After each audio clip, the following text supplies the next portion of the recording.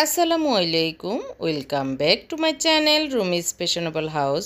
রুমিস fashionable হাউসে সবাইকে সুস্বাগতম জানিয়ে আমার আজকের ব্লগটি শুরু করছি। আশা করি আপনারা সবাই অনেক ভালো আছেন। আমরাও আল্লাহর রহমতে এবং আপনাদের দোয়া মতো আলহামদুলিল্লাহ অনেক ভালো আছি। আমার আজকের ব্লগটিতে থাকছে দুপুরের ইয়াম্মি রান্না, বাচ্চাদের পছন্দের রান্না থাকছে, বিকেলের নাস্তা, আর হচ্ছে বাড়ি থেকে কি কি এসেছে সেটাও দেখাবো, আর দেখাবো আমার বাসুরকে নিয়ে একটুখানি ডকুমেন্টারি। ইনি হলেন আমার হাজব্যান্ডের বড়, যিনি আমার মেজো বাসুর। আর এখানে হচ্ছে আমার হাজব্যান্ডের দুই ভাই, মেজো এবং বড়। আর মেজো বাসুর প্রথমে করোনা আক্রান্ত হয়েছেন, আপনারা সবাই জানেন। তো উনি ছিলেন ঢাকার একটি হসপিটালটির নাম হচ্ছে SIBL হসপিটাল। হসপিটালে থাকা অবস্থায় কিছু ব্যায়াম ছিল এবং অক্সিজেন দেওয়া অবস্থায় কেমন ছিল সেটা দেখিয়েছি। অনেক খারাপ অবস্থা ছিল, ফুসফুসে অর্ধেকেই ওনার ড্যামেজ হয়ে গিয়েছে। তারপরে আল্লাহ পাক রব্বুল আলামিন এখন সুস্থ করে দিয়েছেন। আজকে ওনারা বাড়ি যাচ্ছেন। তো যাওয়ার পথে আমার হাজব্যান্ড বলল একটু বাসার নিচে, গাড়ির ড্রাইভারকে বলেছে একটু আসতে। তো আমাদের সাথে আমরাও মন চাচ্ছে না, একটু না দেখা করে গেলে আমাদেরও ভালো লাগছে না, আবার যাওয়া হবে না, হয়তো কখন যাব না যাব। তো একটু দেখা করছি, আমার ছেলেরাও দেখছে জেঠুকে। তো ওনাদেরকে বিদায় দিয়ে, হ্যাঁ, আল্লাহর উপরে সোপাদ্য করে দিয়ে আমি বাসায় চলে এসেছি। তো আজকে মানে ভাইয়াকে নিয়ে মনের একটা সান্ত্বনা হচ্ছে, উনি আল্লাহর রহমতে সুস্থ হয়ে বাড়ি ফিরে গিয়েছেন। আর বড় বাসুরটাকে নিয়ে এখনও আমরা টেনশনে আছি, কারণ আল্লাহ ফিরিয়ে দিবেন কিনা আল্লাহই ভালো জানেন। লাইফ সাপোর্টে আছে, শুধু জাস্ট লাইফ সাপোর্টের মেশিনটা, বিভিন্ন মেশিন দিয়ে ওনাকে ঘুম পাড়িয়ে রাখা হয়েছে। আর রুটা শুধু টিকটিক করতেছে, এরকম আর কি। আল্লাহ যদি ফিরিয়ে দেন সবার ভাগ্যে।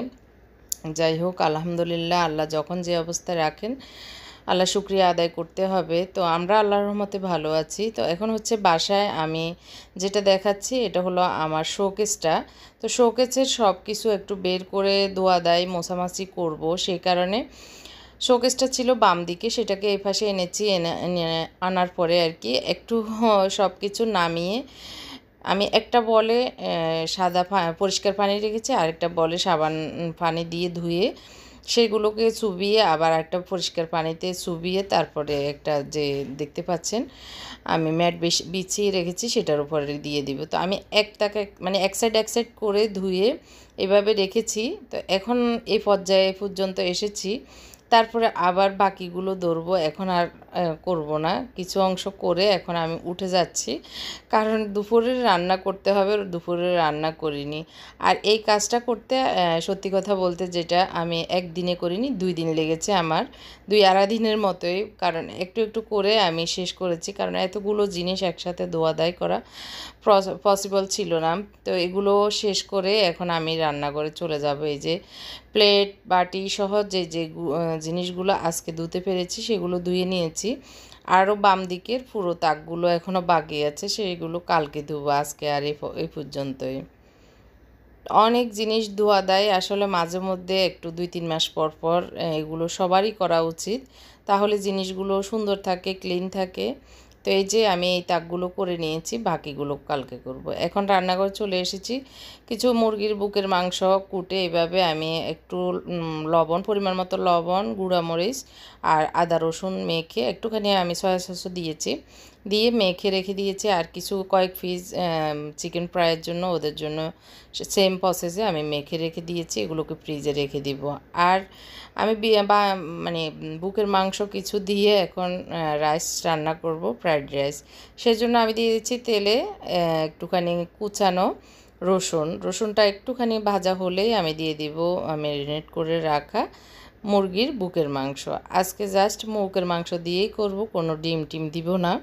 দুপুরের রান্নায় আজকে সিম্পল এইভাবেই করেছি, বাচ্চারা খুব পছন্দ করে আর রান্নায়ও সহজ, কম টাইম লাগে, সেই হিসেবে আসলে এই রান্নাটা প্রায় সময় আমার করা হয়। তো এখানে 1 কাপের থেকে একটু কম হবে এরকম মুরগির বুকের মাংস দিয়েছি, দিয়ে ভালো করে এগুলোকে ভেজে নিচ্ছি। তো আমি এখানে 2 কাপ রাইস মানে রান্না করে রেখেছি, ঠান্ডাও হয়ে গিয়েছে, তো সেইটাকে আমি এখন দিয়ে দিচ্ছি মানে চিকেনের সাথে ভালো করে ভাজার জন্য। এখানে দিয়ে দিয়েছি ফ্রিজে থাকাই সবজি, পেঁয়াজ পাতা, গাজর আর হচ্ছে পাতাকপি, ক্যাপসিকাম একটু ছিল সেটাও দিয়েছি কুচি করে। আর হচ্ছে আমি সয়া সস, ওয়েস্টার সস, একটু আমার ঘরে করা মানে হাতে করা চিলি সস, একটুখানি দিয়ে দিচ্ছি টমেটো সস দিয়ে এগুলোকে ভালো করে আমি মিশিয়ে ভেজে নিব রাইসগুলোকে। আর এই অবস্থায় আমি একদমই হাই হিট আগুন রেখেছি যাতে এগুলো ভাজা হয়ে যায়। আর এটাতে রান্নাতে বেশি একটা সময় লাগে না, জাস্ট রাইসটা আমি রাইস কুকারে রান্না করে রেখেছি, এখন ভেজে নিচ্ছি। আর ওই দিক দিয়ে আমি ম্যারিনেট করে রাখা মুরগির মাংসগুলো আমার মুবাশির বড় ছেলে ভেজে নিচ্ছি। এখানে একটুখানি পেঁয়াজও দিয়ে দিচ্ছি কুচানো।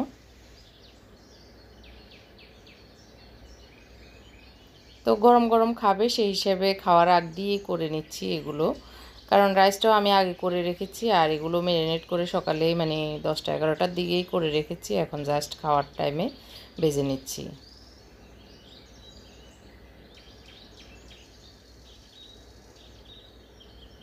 তো এই তো আজকে দুপুরের চিকেন ফ্রাই আর হচ্ছে ফ্রাইড রাইস, শসা, একদমই সিম্পল কিন্তু খেতে খুব ভালো লাগে আসলে মাঝে মধ্যে খেতে। হ্যাঁ, যেহেতু এখন বাইরে কোনো খাবারই খাওয়া যাচ্ছে না বাইরে গিয়ে হোটেল রেস্টুরেন্টে, তো সেই হিসেবে বাচ্চাদেরকে হোটেল রেস্টুরেন্ট খাবারগুলোই বাসায় খাওয়ালে ওরা খুশি হয়, আমরাও খুশি হই সেই হিসেবে আর কি। একটু ঝাল হওয়ার জন্য আমি কাঁচা মরিচ কুচি করে দিচ্ছি, কারণ আমার আজকে গোলমরিচ পাউডার নেই সেই কারণে।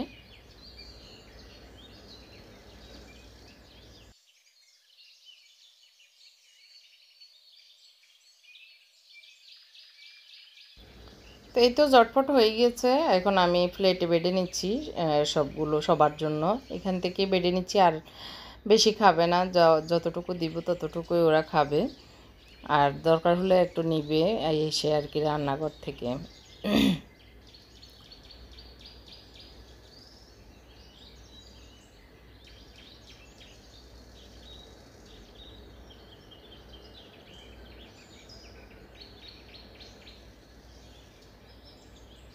তো এই তো ঝটপট এই রেসিপিটি রান্নাটি কেমন লেগেছে কমেন্ট করে অবশ্যই জানাবেন। এখন হচ্ছে গাছগুলোর একটু যত্ন নিচ্ছি, পানি দিব, তো সেই কারণে বারান্দায় চলে এসেছি। আর বিকেল টাইমটা এখন যেহেতু বাসায় থাকি সেই হিসেবে বারান্দায় একটু থাকি। এরপরে চলে এসেছি নাস্তা ওদের খাওয়ানোতে, কারণ দুপুরে খেয়েছে সেটা আর এখন ফেটে নেই। এখন এগুলো হচ্ছে মানে বোন বাইরে থেকে আনাই পিৎজা বোনগুলো, তো এগুলো থাকলে রেডিমেড আসলে করতে আর বেশি একটা সময় লাগে না। তো আমি যে ম্যারিনেট করে রেখেছি মুরগির বুকের মাংস সেগুলোকে হালকা তেলে আমি জাস্ট ভেজে নিয়েছি, অন্য কিছুই আর দিইনি। তো এখন একটু শুধু বনের উপরে আমি দিয়ে দিচ্ছি একটু টমেটো সস, তারপর চিকেনগুলো দিয়ে দিয়েছি, তারপরে দিয়ে দিব একটুখানি আমার কাছে ছিল মোজারেলা চিজ, এটা অল্পই ছিল যার কারণে একটাতে হয়েছে আর একটাতে হয়নি, তো এই কারণে আমি দিয়ে দিচ্ছি এখন যে স্লাইস চিজগুলো সেগুলো।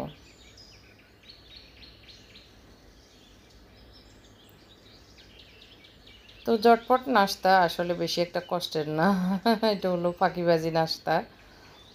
তো তারপরেও ওদের কাছে তো খেতে অনেক ভালো লাগে, আর ঘরের তৈরি জিনিসের আসলে তুলনাই হয় না। এদিক দিয়ে বন্দিও আবার বার্গার, যে সাব বার্গার সেগুলোও বানাচ্ছে। তো এই তো রেডি, এখন আমি জাস্ট ওভেনে 1 মিনিট ব্রেক করে নিব, মানে মাইক্রো ওভেনে আর কি, ইলেকট্রিক ওভেনে দিব না এগুলো, যেহেতু রেডি। তো এখন আমি এগুলোকে গরম করে নিয়ে আসছি। তাহলে 4 টুকরা করি কেন, এখন কেটে খাওয়ার পালা। অনেক ইয়াম্মি হয়েছে আসলে। তো মনে হচ্ছে স্যান্ডউইচ বানাবো, এটা লাইন ছিল না তাহলে।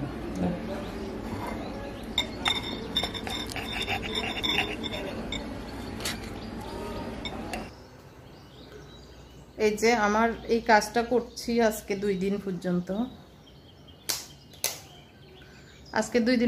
এই কাজটা করছি।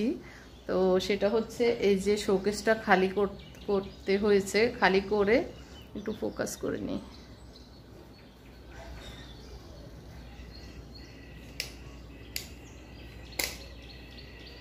তো এই শোকেসটা খালি করে এটাকে ক্লিন করতেছি। তো অনেক ধুলাবালি পড়েছে, এই যে দেখেন আমার নিচে সব হচ্ছে কাঁচের জিনিস, একটা দোকান। এগুলো শুকিয়েছে আজকে, এখন মাগরিবের পরে এটাকে আমি মুছে এগুলো সব রেখে দিব। তো এটা একটা বড় কাজ। এই যে ধুলাগুলি দেখেন, অনেক ধুলা পড়েছে।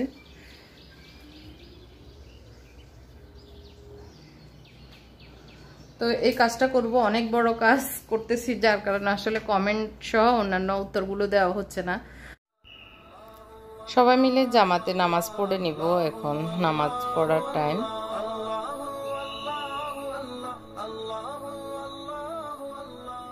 তো এইভাবে আসলে কাজে কর্মের মধ্য দিয়ে আমাদের দিনগুলি যাচ্ছে। আমার গুছানো শেষ, মাগরিবের পরে বলেছি এগুলো মুছে তারপর ক্লিন করে রেখে দিয়েছি। এখন আসলে জাস্ট রেখে দিয়েছি, ভালো করে সুন্দর করে সাজানো যেটা, সেটা হয়নি। তো সেটা করে এখন রান্নাঘরে চলে এসেছি। আপনাদের ভাই বাইরে ছিল, আসার সময় কিছু মানে বাজার ছিল, সেগুলো ফল ফ্রুট সহ করে এনেছে। তো আপনাদের ভাই আসলে সকালেই করেছে, আজ বিকেলে না, আমি যেটা ভুল বলছি। সকালে হচ্ছে আমার বাসুরা যেহেতু বাড়িতে যাচ্ছে, আমার শাশুড়ির জন্য মানে অনেক ফল কিনে দিয়েছে, আম, মালটা, আঙ্গুর, লটকন সহ বিভিন্ন রকমের ফল ফ্রুট কিনে দিয়েছে। তো যার কারণে আমাদের জন্য যেটা যেটা দরকার সেটাও এনেছে। তো আসলে অনেক বোনেরা জিজ্ঞেস করেছে আমাদের কত ডিম লাগে। তো আসলে আমরা, হ্যাঁ, ডিমটা একটু বেশি আমাদের খাওয়া হয়। আমরা যদি ডেলি একজনের 2টা করেও খাই, আমাদের হ্যাঁ ডেলি 5 জনের 10টা হয়ে যায়। তো 3 দিনে 30টার মতো শেষ। তো 30টা আনা হয়। তো 3 দিনে হয় না, 7-8 দিন যায় 30টা। তো আবারও গত কয়েকদিন আগে 30টা এনেছে, 1 সপ্তাহ হয়নি মেবি। তো আবারও 30টা এনেছে। তো সেটা প্রশ্নের উত্তর দেওয়ার জন্য আরেকজন বোন জিজ্ঞেস করেছে ডিম আমি বাইরে রাখি না ফ্রিজে রাখি। তো আসলে ডিম যখন বেশি খাওয়া হয় তখন আর ফ্রিজে রাখার দরকার হয় না, 1 সপ্তাহ 10 দিন বাইরে অনায়াসে থাকে, আমি কখনো দেখিনি নষ্ট হতে। তো আমাদের যেহেতু নিত্য লাগেই ডিম, তো আর ফ্রিজে রাখা, এগুলো আবার ফ্রিজ থেকে প্রতি মুহূর্তে আনা, এটা আমার জন্য অনেক ভেজাল মনে হয়। তো সেই জন্য আমি আসলে ডিমটা বাইরেই রাখি বেশিরভাগ আর কি। আর যখন দেখি যে না, ডিম বেশি খাওয়া হচ্ছে না, দেরি হয়ে যাচ্ছে, তখন ফ্রিজে রেখে দিই ধুয়ে টুয়ে আর কি। আর এই যে ফল এনেছে, আম্রপালি সহ মালটাটা এখন খাওয়া সবারই জরুরি, ভিটামিন সি। মানে সুস্থ থাকলেও অসুস্থ হলেও দুই অবস্থায় খাওয়া সবার জন্য জরুরি। তো ফল ফ্রুটের সময় এখন সবাই বেশি বেশি ফল খাওয়া উত্তম। তো সেই হিসেবে আসলে আমাদেরও খাওয়া হচ্ছে। তো ফলগুলো আমি একটু দেখে শুনে রাখছি, কিছু ফ্রিজে রেখে দিব, আর কিছু যেগুলো খাওয়ার দরকার সেগুলো বাইরে রেখে দিচ্ছি। তো আসলে যে কোনো জিনিস বাজার আনলে এগুলো গুছিয়ে দেখে শুনে রাখা, এটাও একটা সময়ের ব্যাপার, এটাও গুরুত্বপূর্ণ একটা বিষয়। তো সেগুলো আসলে দেখতে হয়। তো আবার আমার বাসুররা যে গাড়িতে গিয়েছে, সেটাতে আবার গাড়িতে আমাদের জন্য সবজি, আবার অনেক দিন থেকে আসলে মাছ পুকুর থেকে উঠিয়ে রেখেছে, সেগুলো করোনার কারণে আসলে আর যাওয়া হয়নি, আনাও হচ্ছে না। তো সেগুলো দিবে। আবার আমার ভাগ্নিকে বলেছিলাম হলুদ মরিচ করে দিতে, তো ও ওগুলো রেডি করে রেখেছে। তো সেটা কি কি এনেছে বা কি রেডি করে রেখেছে সেটা আমি লাস্টের দিকে দেখাবো। তো একটুখানি আর কি, সব কিছু আস্তে আস্তে দেখাবো পরের ভিডিওগুলোতে। তো এই তো আমার ফল গুছানো এবং ডিম গুছানো শেষ। এখন হচ্ছে রাতের 10টা। ড্রাইভার এসেছে। তো এখানে চাউলের গুঁড়া আর হচ্ছে সবজি, মাছ, কাঁঠাল এগুলো এনেছে। তো আমি মাছগুলো ডিপ ফ্রিজের জিনিসগুলো আর কি রেখে দিচ্ছি। তো বাড়িতে আমার বাসুর আবার মানে গরু ফালে, মানে আমাদের লোক আছে। তো গরুর দুধ আসলে আমাদেরকে দেওয়া হয়নি, মানে গরুর দুধ ফাচ্ছে পর্যন্ত আমাদেরও যাওয়া হয়নি, খাওয়া হয়নি। সেজন্য আমার যা আবার 2 বোতল গরুর দুধ দিয়ে দিয়েছে। আর এগুলো একদম ফ্রেশ। ওনারা যেতে যে লোক থাকে কেয়ারটেকার, তাকে বলেছে মাছ ধরে রাখতে। তো ফ্রেশ মাছগুলো দিয়েছে। আর কিছু ফ্রোজেনও আছে, সেগুলো অনেক আগের ব্যাট দিয়েছিল, তখন উঠিয়ে রেখেছিল আর কি। তো এই তো বাড়ি থেকে আনা জিনিসগুলো আসলে ফ্রেশই থাকে, আর এগুলো গুছিয়ে রাখতে মনটাও ভালো লাগে জিনিসগুলো। তো আসলে এমনি আমার কিসমত ভালো, আমি গিফট পাই অনেক কিছু সবসময়, অনেক জায়গা থেকে অনেক কিছু আসে। আলহামদুলিল্লাহ, আল্লাহ শুক্রিয়া, আল্লাহর নেয়ামত, আল্লাহ দিচ্ছেন এই আর কি। তো আমি ফ্রিজের জায়গা মতো যে যে জিনিসগুলো গুছিয়ে রাখলে সুবিধা হবে, ভাবি তো এমনিতেই দিয়ে দিয়েছে, উনিও জার্নি করে গিয়েছেন, আসলে সব কিছু মেনটেন করে দেওয়া সম্ভব না। তো এইভাবে দিয়েছে, আমি এখন আমার সুবিধা মতো রেখে দিচ্ছি। তো আমার এই বেজাল্লা কাজে আমাকে হেল্প করছে আমার মোত্তাকি এবং ওর আব্বু। ওর আব্বু এই জীবনের প্রথম আমার ক্যামেরা ধরলো ভিডিওর জন্য। তো ক্যামেরা ধরছে ওর আব্বু, আর মোত্তাকি এগুলো রেখে টেখে দেওয়ার ব্যাপারে হেল্প করছে, আর আমি এগুলো গুছিয়ে দিচ্ছি। তো এইভাবে করে নিচ্ছি। আর কিছু ছোটো মাছ দিয়েছে, টাকি মাছ, কই মাছ, সেগুলো আগে থেকেই ছিল ফ্রিজে। আর কিছু বড় মাছ ইন্দোনেশিয়া, তারপরে কি কি মাছ আসলে সব মাছ নামও জানি না এরকম আর কি।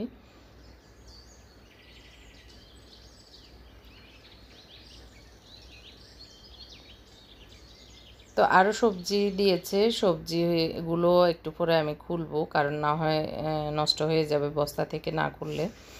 তো আমি আমার সুবিধা মতো এগুলো সব রেখে দিয়েছি, মাছগুলি শেষ। এখানে হচ্ছে চাউলের গুঁড়ো, আমি লাল আটা গুঁড়ো করিয়ে নিয়েছি, আমার ভাগ্নি করে দিয়েছে। তো সেগুলো আগামী ব্লগে দেখাবো ইনশাল্লাহ। সবাই অনেক বেশি ভালো থাকবেন। আজকে এখানে শেষ করছি। আজকের ব্লগটি কেমন লেগেছে কমেন্ট করে অবশ্যই অবশ্যই জানাবেন, তাহলে আমি আরও কাজে উৎসাহ পাবো। আপনাদের লাইক কমেন্টটা আমার জন্য অনেক বড় গুরুত্বপূর্ণ। সবাই ভালো থাকবেন। আল্লাহ হাফেজ। আসসালামু আলাইকুম।